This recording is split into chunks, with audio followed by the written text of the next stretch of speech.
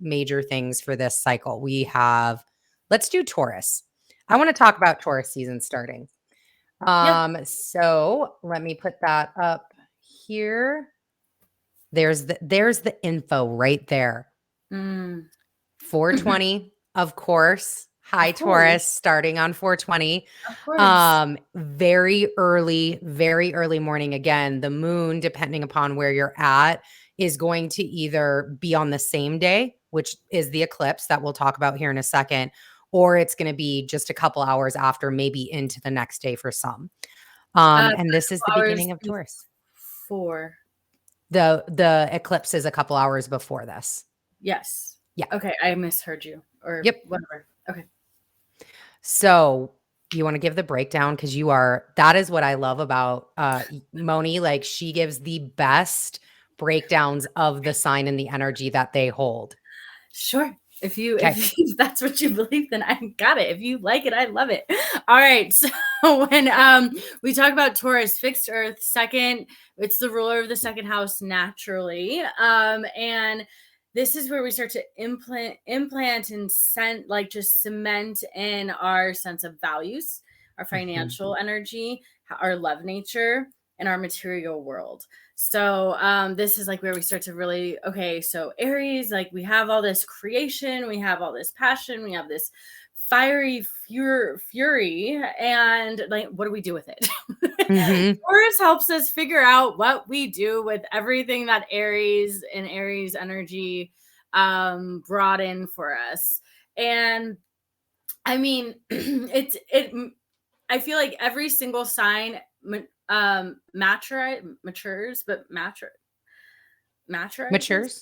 Yeah, I know matures, but I feel like there's a different way of saying the same thing. And that's what I was trying to say. But matures, maturizes, I think is a word. But anyway, but as it continues to traverse the wheel, we have like a maturing process that happens in every single just year that goes by. Literally, we are like, okay, so what did we learn from this last time that we were here? And what I think is so interesting about us talking about this today is we have the moon in Scorpio, and this is also, this is just carry or just follow along. The moon in Scorpio, the Scorpio energy is across directly from Taurus, and Taurus is our personal energy of finances and love and all of that. Scorpio is how we do that with others.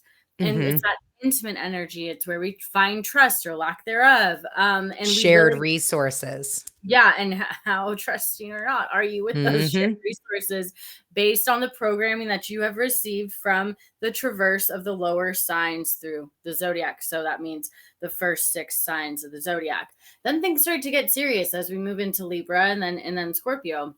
And when we are working with Taurus energy, there's a few things to realize. One, it's the bull. You can be very stubborn. You can be very fixed, like just the hooves in the ground, not moving. This is my way. This is how I want to, like, this is how it's going to get done. Slow, steady, wins the race, because they will get it done in their time.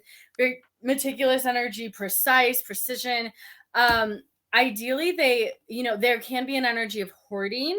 But I really in their like essence and where they really thrive is where it's actually very simplistic.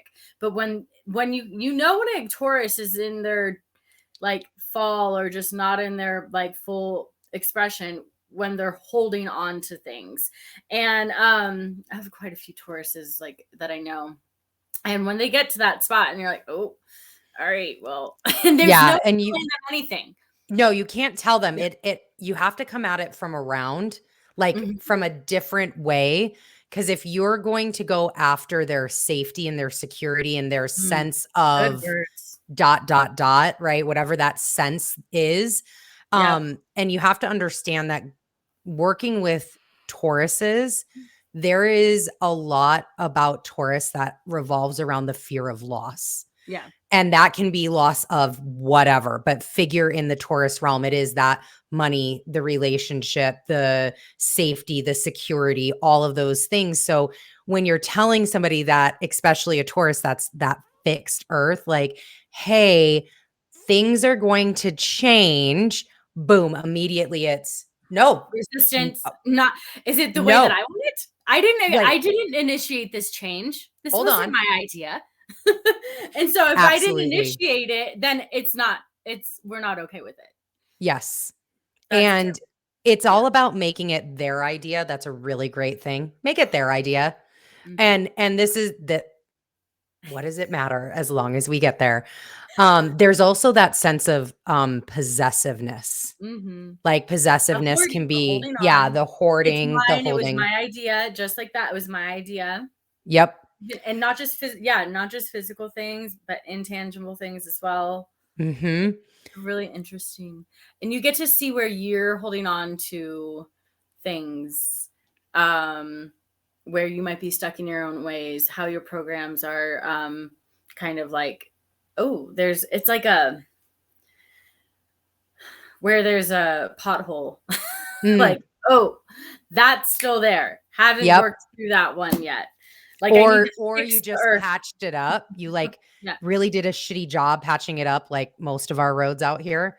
And so it's quickly eroded because you didn't take the time to do it right the first time. Mm-hmm.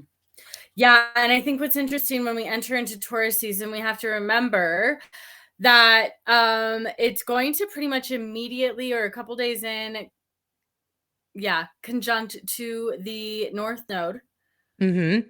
which will be pretty interesting to see how that like really starts to manifest. So when the sun goes into Taurus, it will be activating that Uranus energy. And so we Mm. have like we're approaching a massive awakening that will likely be about 16, 17 days in, depending on where Uranus is. And through that, we're gonna have like, all right, so that's halfway through. Halfway Mhm. through Taurus season, there's going to be a massive revelation. You've heard it here first. Preparedness. We love it. Like it's been known. But It like, make it known. Ding. We're yeah, done. like be aware. And when we think about Uranus, the revolutionary, the one that wants to just shake shit up, cause the awakening, no apologies, very authentic, very in Mhm. power. And he's been in Taurus for quite some time. And doing some, you Yeah. know, Taurus with that safety and that security, what we have seen through this, and this is a really great example of this. So, just to level set, when Taurus season starts, we'll have Mercury stationing retrograde. I think it's the same day, if not It's just the a couple day hours after. later. Okay, the day after. Mercury stationing retrograde, you have Uranus and the North Node still in the sign of Taurus when the sun ingresses. So we have a lot of this energy here, but how you can see Taurus being worked on is through what Uranus has been doing. Taurus is all about our material goods and how we get them, our essentials, and how we own our essentials. What are the essentials that we need? And, Clarifying and editing them, refining them, yes, what like true simplifying the essentials. The essentials are the essentials, but yep, do we even need all the essentials? It's like a Swiss Army knife. Like we have right, one knife, but we have 20 tools, depending on right. what kind of army knife you have. And so, like, you've seen that in the disruption of goods getting to you, the increased cost of eggs, the inability to get something that most people deemed, right? And in today's society, most people would deem tampons as an essential thing. It's not. It's not. There's other ways to handle that and to move through that. And this is, toilet paper going all the way back. We're going to go back to 2020 on this one, right? And through the times, these things that we assume are essential, that's what Uranus and Taurus is really shaking up, is what really is essential. How do you work outside of that? Um, and then again, being ruled, Taurus rules the throat. How do you speak about those needs and those things that you are essential to you? Taurus does rule the throat, but we have to be aware of the fact that it has a very big connection to the root. Safety, security, and Yes. actually planting things in. So I do like that connection though, because if you think about it, like, yes, there is the safety and security, but without speaking your needs, that safety and security can't be grounded as much as it can when you can stand in your power and say no, yeah. or I need this, or Yeah. hey, I need help, or hey, I'm going I need to support. I need support. Exactly. Hey, I am fixed. I know I'm fixed. I need support getting out of that fixed mindset. Yeah.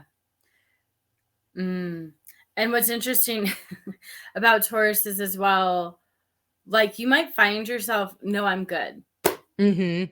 Like like a proud energy of, because they could be mad at themselves that they couldn't do it on their own. Mhm. And as much as they want to do it on their own, they actually do want the help. Right. I feel like this is everyone, right? Like I want to be able to say that I did it on my Well, own, we all but I have want Taurus to in our want, chart. right. I want you to want to help me. Right. And that And is I want where the option of saying yes or no. we use our throat to Yeah. actually speak, because again, unless you tell me something, I don't know what your needs are. I'm not going to Right. guess. I'm not going to come out. And I think that And is I'm not going to where put all of myself out as well. I'm not going to just extend the offer or the hand right. because it's the right thing to do, or that's the program, or, oh, Right. you're in need. But like, are you actually in need if you aren't Speaking those deeming the needs. need to ask for help? Yep. Like, who am I 100%. to take away your experience of actually experiencing not asking for help? Yeah.